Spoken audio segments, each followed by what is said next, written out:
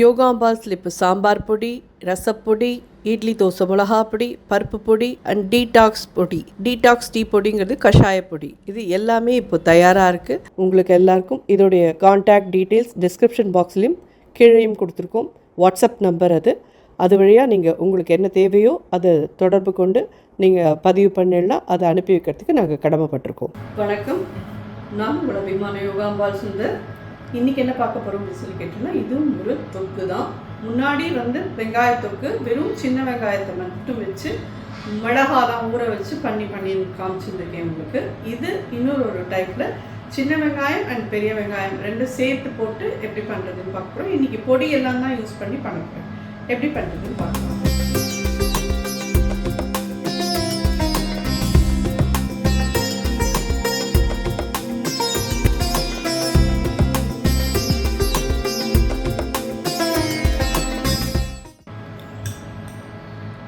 அது அதே மாதிரி பச்சையாக அரைச்சிருப்பேன். பச்சையாக அரைச்சேன்னா சம்டைம்ஸ் சில வெங்காயத்தில் ஒரு காரம் இருக்கும்.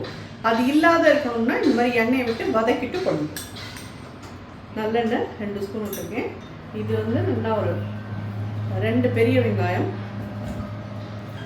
இது ஒரு 300 கிராம் கிட்டக்க சின்ன வெங்காயம். இது கொஞ்சம் அப்படியே போடுறதுக்கு வச்சுருக்கேன். இது கொஞ்சம் நல்லா கிளாஸியாக ஆற அளவுக்கு வதக்கிட்டு அதுக்கப்புறம் கொஞ்சம் சத்திராவாக அரைச்சிருவோம். ரொம்ப ஃபைனாக அரைக்கக்கூடாது, கொஞ்சம் கரக்கரன்னு ஆறுனப்புறம் அரைங்கோ.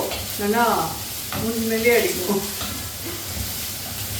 நம்மளோட அவசரத்துக்கெல்லாம் மிக்சிலாம் வேலை பார்க்காது. நமக்கு எல்லாமே ஆச்சு முடிக்கணும்னு பார்ப்போம். நீ எனக்கு உண்டான மரியாதை கொடுத்தா தான் நான் உங்கள்கிட்ட ஒழுங்காக இருப்பேன் அப்படிங்கிறது. முன்னாடி ஒரு வீடியோவில் பார்த்தீங்கன்னா, பழைய வீடியோவில் வெங்காயத்தொக்கு பண்ணியிருப்பேன். வெங்காயத்தொக்கு ஃபுல்லாக 350 கிராம் 400 கிராம் சின்ன வெங்காயத்தை மட்டும் மிக்ஸ் பண்ணியிருப்பேன். நிறைய பேர் அதில் கேள்வி இருந்தது, சின்ன வெங்காயம் பெரிய வெங்காயம் 2 யூஸ் பண்ணலாமா, இல்லை பெரிய வெங்காயம் மட்டும் யூஸ் நீங்கள் பெரிய வெங்காயம் மட்டும் கூட யூஸ் பண்ணலாம். சின்ன வெங்காயம் பெரிய வெங்காயம் மிக்ஸ் பண்ணியும் பண்ணலாம். இல்லை ஒன்லி சின்ன வெங்காயம் வச்சு கூட பண்ணலாம்.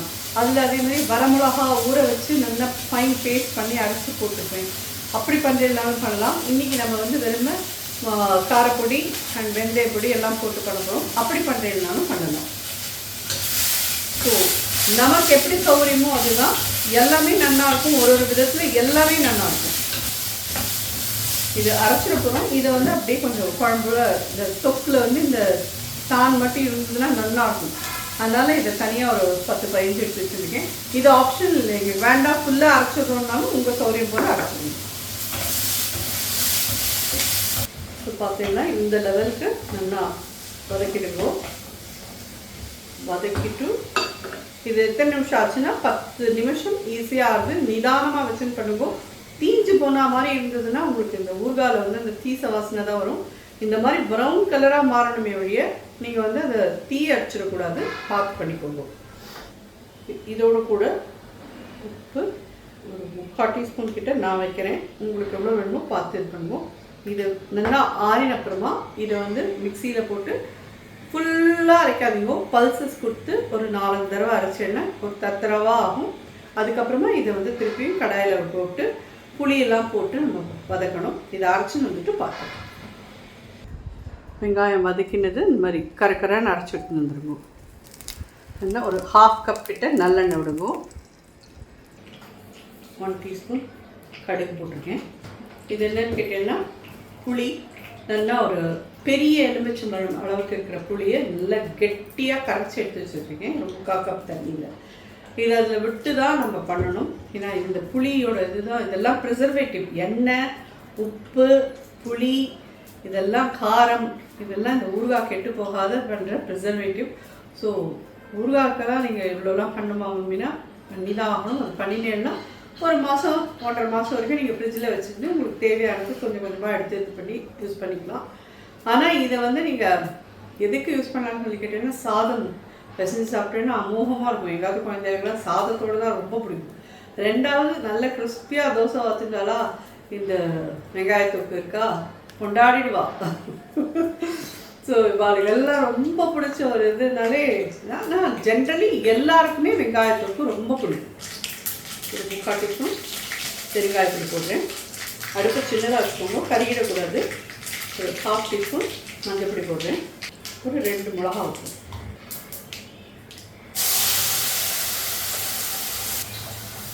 இது இந்த மாதிரி எக்ஸ்ட்ரா தனியாக எடுத்து வச்சோடனே அந்த வெங்காயத்தையும் இந்த கண்டிப்பாக கருவேப்பிலை போடுவோம். என்கிட்ட இல்லைன்னு நான் போடலை. கருவேப்பிலையும் இந்த எண்ணெயில் போட்டு நல்லா வதக்கிக்குவோங்க. ஃபஸ்ட்டு நல்லா எண்ணெயில் வதக்கிடுவோம்.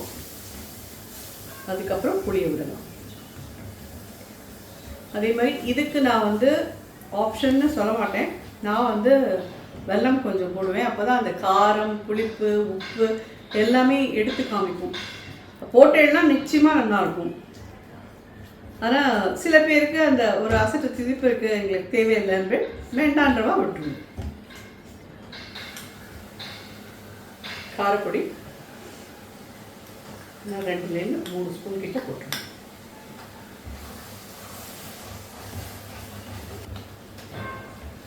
இதில் கெட்டியாக கரைச்சி வச்சுக்கிற பொடியை ஆட் பண்ணுவேன்.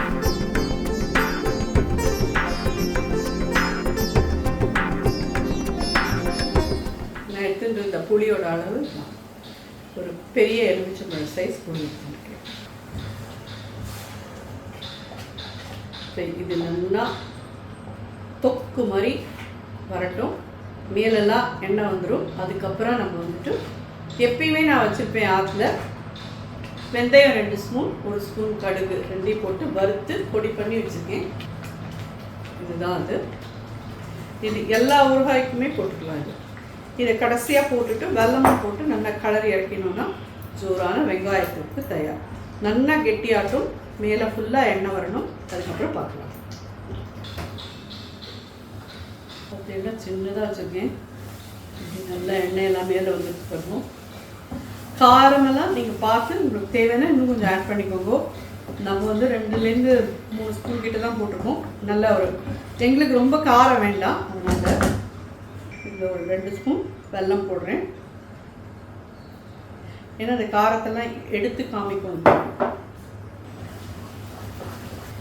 வெல்லம் போட்டப்பறமா இன்னும் 2 நிமிஷம் கலரணும். ஏன்னா வெல்லத்தில் இருக்கிற தண்ணினால் நீக்கிடுவோம்.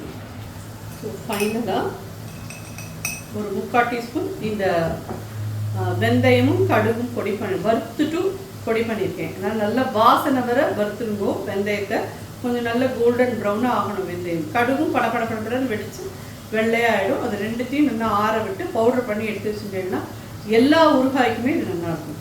இது ஒரு 3/4 டீஸ்பூன் கிட்ட போடுறேன். அடுப்பை அணைச்சிட்டு கலந்து ஜூடான வெங்காயத்தொக்கு தயார். ரொம்ப நல்லாயிருக்கும். கண்டிப்பாக எல்லோரும் ட்ரை பண்ணி சாப்பிட்டு பார்த்துட்டு எப்படி இது 2மா மிக்ஸ் பண்ணி பெரிய வெங்காயம் சின்ன வெங்காயம் 2 மிக்ஸ் பண்ணி பார்த்து சாப்பிட்டு பார்த்துட்டு எப்படி இது ஃபீட்பேக் சொல்லுங்கள். நன்றி.